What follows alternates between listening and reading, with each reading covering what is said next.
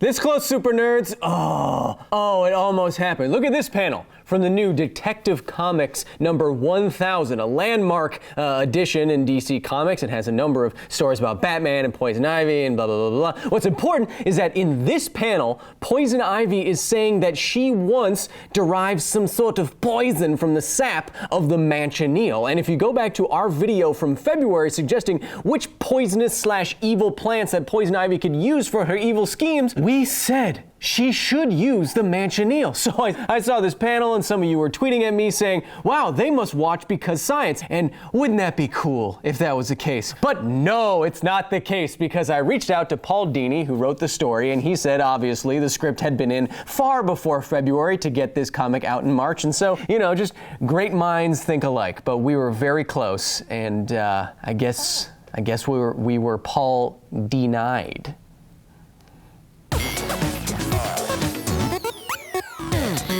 Hello and welcome to another edition of Because Science Footnotes, the companion show to Because Science, where I take all of your comments, questions, and corrections and address them with the urgency of trying to save a princess while getting 120 stars so I can see my sentient dinosaur friend on top of a castle and get, I don't know, more than 98 lives? And then I tell you what's coming up next on this channel. Hint, it's basically the opposite of this. Think about it. But getting right into it, on the last episode of Because Science, we were trying to figure out if that famous toss from Super Mario 64, where you were Mario and you had to throw Bowser into some bombs on the final stages in the boss fight, if that toss would actually, if we were evaluating this in a more realistic fashion, rip Mario's arms off. I said that if you consider the forces involved and scale Mario and Bowser to the correct sizes and apply some masses of known animals, then yes, there would be enough force, in my estimation, to rip Mario's arms off, because it is much, much more force than pulled the limbs off treasonous peoples in England in like the 1200s. But what did you have to say? It's not funny. Our first comment comes from many of you who all say something about the weakest link in this chain. If you actually had to throw Bowser, would your arms come off first, would Bowser's tail come off first, or would your grip give out? Many of you are saying, in a more realistic sense, that your grip would give out long before any of these terrible things would happen to your arms or Bowser's tail, and I totally agree with you. We just wanted to evaluate the throw, so the grip is a weak link in this chain. And how much force would that take? Well, we're talking about 100,000 pounds of force that Mario's arms are subjected to, thereabouts. I climb rocks. I consider myself to have a decent grip, and I once tested that grip as part of a study that a PhD student was doing about the properties of rock climbers and athletes and coaches and stuff. My grip strength, which I think is a fair representation, is only around 40 or 60 pounds. I mean, I don't know how that scales up to anyone else, but it gives me a ballpark figure to work from. 40 to 60 pounds, let's say 100 pounds even, that is, 1,000 times less than the forces that we were talking about here. So yes, my strength or your strength would certainly give out grip-wise if you even started to accelerate Bowser in a circle in this way. Yeah. Dr. Kachu-san says, given the fact that Mario can survive traveling at speeds that will take him into parallel universes, tossing a giant lizard is no big deal. Dr. Kachu-san is referring to this video, where a YouTuber named Panenkoic2012 is explaining how he completed a level in Super Mario 64 with only a half of a button press, only pressing A 1/2 times, and you can see in the video if you want him to explain that. What's important for this comment is, because of how the game is programmed, Super Mario 64, you can attain so much speed as a character without losing it, doing what's called a backwards long jump, or BLJ, if you watch many Super Mario 64 speedruns like I do. It's part of how I spend my free time. If you do that, you can build up so much speed that it will throw Mario off of the screen. But what's actually happening, and what Panenkoic figured out, is that it's throwing him into a parallel version of the map that you're on in a different area of space. And if you do all of these movements, you control where you are position-wise in the game, you control your speed very, very precisely, you can travel among these alternate parallel versions, parallel worlds of the map to go and to basically teleport anywhere that you want. It is a fascinating video, and it blew up when it came out because it is so intricate. It's 25 minutes long. Panenkoic absolutely destroys the game's mechanics here and completely exploits them in a fascinating way. It blew my mind when I first saw it, so if you want to check it out, you can check it out in the show notes. Suppadev says, do if Mario is capable of this feat, Come on now. Does this make him physically stronger than Link? Well, in our episode about Link's strength, we used one of his feats in Ocarina of Time, spelled F-E-A-T, to calculate just how strong he would be. He was throwing a giant stone pillar up over his head many, many meters away. And if you go back and look at that video, the forces that Link's arms are producing are tens of thousands of times more than the forces that Mario's arms are enduring during this throw. So that's not really super comparable, but if it's tens of thousands of times more force, you can assume that Link's arms can handle that kind of stress. And so Link, in this comparison, specifically with our numbers for the Because Science videos, Link would still be stronger, despite how many Koopas Mario can murder. Frequent commenter Sean the Boss says, I guess it's a good thing that he wouldn't even be able to accelerate Bowser to that velocity. Yes, this is something that we left out of our description of this throw for Mario. If Mario was to spin Bowser in a circle like that, you can actually see this in the game, he has to accelerate him up to that final velocity that we calculated. And just starting this spin would be incredibly difficult. We calculated the forces when they were at their maximum, max velocity at the end of the spin before you release Bowser into those bombs, but just getting Bowser up to that speed would require an incredible amount of force. The numbers are almost the same here. Imagine if I asked you to grab the hitch of an SUV and then I said start spinning it. That's almost the same thing. Think of how difficult it would be to not just move an SUV, but to start it spinning in a motion and then start accelerating it. That would be an incredible effort, and it would probably rip your arms off. But the nerdiest comment at the time I'm filming this video, remember, I only get to look at the first, 5 to 6 hours worth of comments on every Because Science video, so get in there and get nerdy. The nerdiest comment comes from Axel Tibbling, which I guess sounds like the activation words for the Winter Soldier or something like that. Axel, Tibbling, train car, baseball cards, paint, bananas, anti-disestablishmentarianism. Uh-oh, gotta kill my friends. Oh, no, I'm okay now. I just need some plums. And Axel says, but isn't it so that the rope... Sorry, Axel's just talking like a gentleman.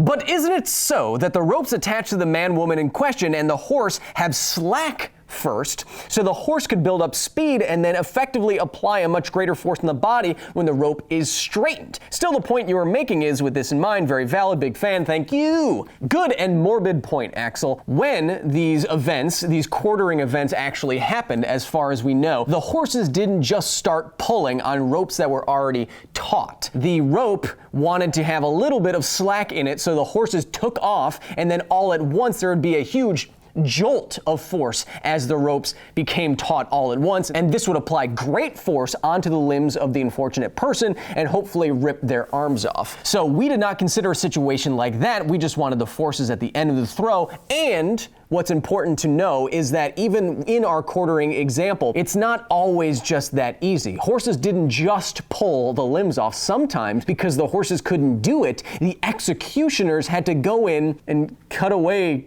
tendons and muscle in the arms a little bit and then have the horses try again. It's all very terrible, and we actually did it to people, so we can learn from that and advances as civilization. But my point is that our forces are so much greater than even these forces, I think, 10 or 100 times more. I think our conclusion is still valid, but for pointing out all of this terribleness to me so I can think about it all the time, Axel, you are indeed a super nerd. Getting smaller and smaller. But of course, I'm not always right. I had frosted tips in 7th and 8th grade.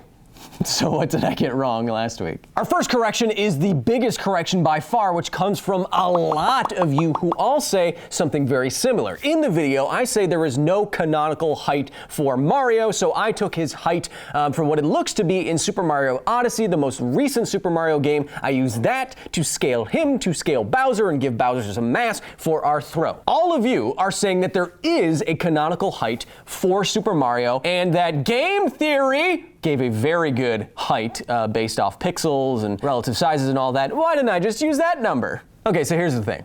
I'm gonna be honest. A, I don't care what game theory did because I'm not just gonna use someone else's numbers. That's just not our way. And B, I don't care that there's a statue somewhere in Japan that is the canonical height of Super Mario. I just don't. You know why? Because that says Mario is over 5 feet tall. Now, if you look at a picture of Super Mario in Super Mario Odyssey, if those humans are regular sized in New Donk City, take of that name what you will, in New Donk City, if those are real humans, and it makes more sense to assume that they're humans living in a human-like world rather than just assume they're giants for no reason, if those are normal-sized humans, that cannot be a 5 foot tall Mario. That's saying Mario is here-ish.